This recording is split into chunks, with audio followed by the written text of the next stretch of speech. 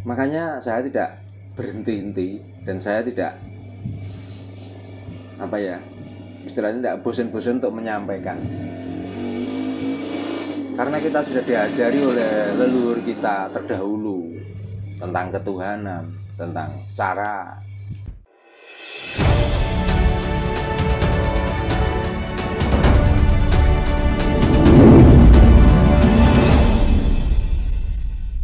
itu. Ya karena apa? Dia sudah memahami tentang itu, tapi kebutuhannya tidak terpenuhi. Nah, untuk memenuhi kebutuhannya, akhirnya cerita ini dipelajari lebih dalam lagi. Setelah itu diceritakan orang lain. Kalau perlu, nggak cerita yang sebenarnya, kalau perlu dibumbui supaya ibarat makanan, supaya lebih gurih, supaya lebih manis, supaya lebih enak. Dengan cerita manis, gurih, dan enak itulah maka dia akan mendapatkan pundi-pundi untuk mencukupi kebutuhannya. Makanya kalau di sini ada yang mengatakan ini adalah syiar. Syiar itu memberikan cuma-cuma, menyampaikan cuma-cuma. Buktinya mana ada orang yang berani menyampaikan cuma-cuma? Dia mau bicara kalau dibayar. Dia mau menyampaikan kalau ada imbalannya. Ya kalau uang itu wis relatif lah. Tapi kan paling tidak dia minta dihormati dulu. Nah terus kalau ngomongnya syiar, padahal syiar itu nggak seperti itu. Orang syiar itu orang ikhlas menyampaikan kebenaran, dan dia menjadi contoh dari apa yang disiarkan itu. Nah orang yang ngomong syiar malah mencontohi untuk mencaci maki orang, malah mencontohi untuk mengadu domba orang. Saya tidak menyinggung salah satu agama, tapi kebanyakan di sini itu seolah-olah orang yang menyampaikan kebenaran itu rata-rata sifatnya seperti itu. Contohnya lagi, ada dogma seorang ya dianggap orang pinter lah, yang sudah berani ngomong di mimbar, menyatakan orang itu nggak boleh percaya dengan orang itu harus percaya dengan Tuhan. Tapi kok sekarang ini marak, orang harus menghormati orang harus menjunjung tinggi orang harus menghargai orang. Sampai ada yang berani mengeklaim gila pun atau berbuat salah pun, kalau orang itu ada garis keturunan itu wajib dihargai dan wajib diikuti. Jadi selalu bertolak belakang, kontroversi. Di sisi lain dia mengajarkan jangan percaya pada orang, di sisi lain malah orang itu harus menghargai orang. Seolah-olah tidak ada yang bisa menolong keselamatan kalau nggak percaya orang yang bergelar ini. Nah urusannya apa? Kita menghargai orang, lalu nanti Tuhan itu juga akan memberi sesuatu kebahagiaan pada orang itu kan. Hubungannya apa coba? Berarti kan ajaran ini sebenarnya makanya bisa dibilang itu dogma atau doktrin. Gitu loh. Dogma harus percaya, doktrin harus mengerjakan apa yang disampaikan atau apa yang dipercaya itu. Nah, di antara percaya dan mengerjakan ini sebenarnya apakah kamu juga sudah tahu benar tentang apa yang kamu percayai dan kamu kerjakan itu untuk apa? Makanya saya tidak berhenti-henti dan saya tidak istilahnya tidak bosan-bosan untuk menyampaikan. Karena kita sudah diajari oleh leluhur kita terdahulu tentang ketuhanan, tentang cara menyembah, tentang cara kita berperilaku. Makanya walaupun pahit sekalipun, karena mungkin itu kebenaran yang sebenarnya, maka bagaimanapun ya, karena kita tuh orang Jawa ya, kita pertahankan ajaran Jawa ini. Nah untuk apa kita itu mengikuti ajaran dari orang luar kalau kita tuh nggak pernah dipahamkan sepaham-pahamnya.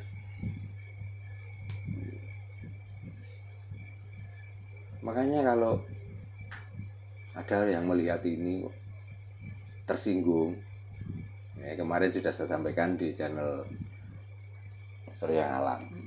Berarti dia itu sebenarnya kalau sakit itu belum parah. Tapi kalau sudah nggak tersinggung, berarti dia sudah edan. Artinya nggak tersinggung gini, alah opo gue. Yang penting aku wis nglakoni ini ya wis lah opo manfaat. Nah itu berarti ibarat orang gila itu sudah parah. Jadi sudah keluar terbelan. Tapi kalau tersinggung, biasanya orang tersinggung itu masih berpikir. Ya. Iya. Apa iya toh seperti itu? Biasanya begitu. Nah dari tersinggung itulah biasanya awal untuk menuju ke kewarasan. Makanya mudah-mudahan banyak orang yang tersinggung supaya apa? Supaya cepat waras. Gak edan selamanya. Nah itu mah sedikit mengutip tadi kan ketika kita itu sudah temenan apa? Satu. Iya satu itu kan bahwa manusia itu ketika sudah mencapai ketuhanan yang sebenarnya itu kan sudah tidak mempunyai rasa malu antar manusia gitu kan, terus rasa takut. Tapi harus digarisbawahi loh. Iya rasa malu itu tiba-tiba nanti telanjang di depan orang. Bukan itu yang saya maksud. Iya. Nah itu mah satu yang mau digarisbawahi itu rasa takut. Nah sedangkan yang saya rasakan pribadi bahwa saya merasakan selama ini itu saya itu selalu disetir atau sistematis itu bahwa kita itu harus merasa takut, harus menjadi manusia yang penakut gitu. Padahal kan mah sejatinya yang saya rasakan ketika kita melakukan hal yang mungkin takut salah dan lain-lain, kan kita itu seolah-olah harus sempurna, tidak boleh salah. Padahal kan ilmu itu ketika kita salah kita tahu dan mendapatkan sesuatu gitu kan. Nah kan itu suatu doktrin juga bisa dikatakan kita itu menjadi umat yang penakut. Sebelum panjang-panjang tak jawab dulu. Ya itulah buktinya kalau orang itu bertuhan, Tuhan yang kamu sembah atau yang kamu percaya itu Tuhan KW, Tuhan palsu. Kita itu kalau sudah berketuhanan yang sebenarnya, sifatnya Tuhan itu apa toh? Welas asih toh.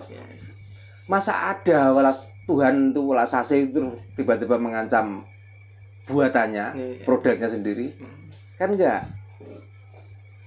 Makanya jangan bertuhan yang menakut-nakuti. Makanya coba kita telisik. Tuhan itu kalau salah persepsi, semuanya Tuhan itu menakutkan. Apapun kata-kata dari yang ada awalannya tu itu menakutkan.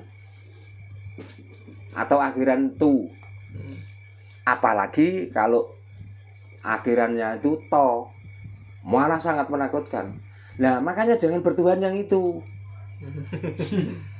Contohnya watu, keras.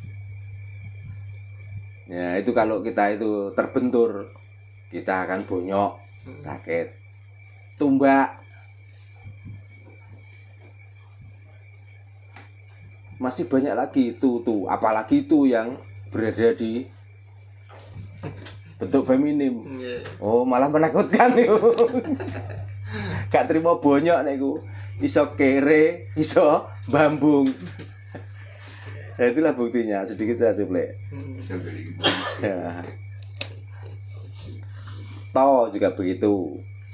Buto, moto, semuanya itu menakutkan. Makanya hindari Tuhan-Tuhan yang seperti itu. Makanya kita bertuhan itu ya Tuhan satu. Tuhan yang bisa mencukupi kebutuhan kita. Jadi kalau tanya fungsi hidup di dalam dunia itu apa toh manusia? Fungsi hidup manusia di dalam dunia itu untuk mencukupi kebutuhan hidup. Supaya kita tuh nggak sia-sia hidup di dunia ini. Gitu loh. Nah, kebutuhan hidup itu apakah harus banyak? Ya namanya kebutuhan ya sesuai dengan kebutuhan saja. Kalau menumpuk dan lain sebagainya berarti ada kelebihan. Nah, apakah salah kita itu mengumpulkan kelebihan? Ya enggak, wong itu juga cadangan untuk kebutuhan kok. Makanya sering saya sampaikan. Kalau di Nusantara ini ada tempat-tempat untuk mencari pesugihan. Nggak usah takut, nggak usah malu dengan orang-orang yang mengatakan bahwa mengambil pesugihan itu adalah musyrik, mengambil pesugihan itu adalah kafir. Gak usah malu, gak usah takut. Karena itu semua sudah kehendaknya Tuhan. Kalau Tuhan tidak memilih tempat itu sakral dan tidak memilih Tuhan itu mengeluarkan berkah, gak mungkin di tanah Mekah sana ada Ka'bah. Gak mungkin di Mekah sana ada gunung untuk melempar jumroh itu, Jabal Rahmah. Gak mungkin gitu loh. Lah tapi kenapa kalau di sana itu kok baik? Kalau di sini kalau sudah ngomong Gunung Kawi kok seolah-olah kita itu wah ini musyrik, ini syirik dan lain sebagainya. Ya tinggal kita. Di sini pun kalau kita itu mengagumi keesaan Tuhan dengan dengan bentuk ciptaannya yang teduh, gunungnya yang tinggi, di situ ada aliran air yang mengalir, ada pepohonan yang rimbun, dan ketenangan yang luar biasa. Karena di tempat-tempat seperti itu nggak ada orang itu berak-berok, nggak ada. Mesti semuanya tenang. Nah dari situlah alam itu akan mengeluarkan berkah. Gitu. Nah, kalau kita bersekutu dengan yang namanya setan, makanya wong Jawa itu jangan kenal setan supaya ora wedi. Jadi orang itu tanpa setan kita tuh nggak bisa hidup, dan percuma sia-sia hidup kita kalau kita itu nggak ada setan. Karena kita bisa merasakan nikmat, bisa merasakan pahit, bisa merasakan pedas, bisa merasakan manis. Itu bahasa kasare itu adalah bantuan setan.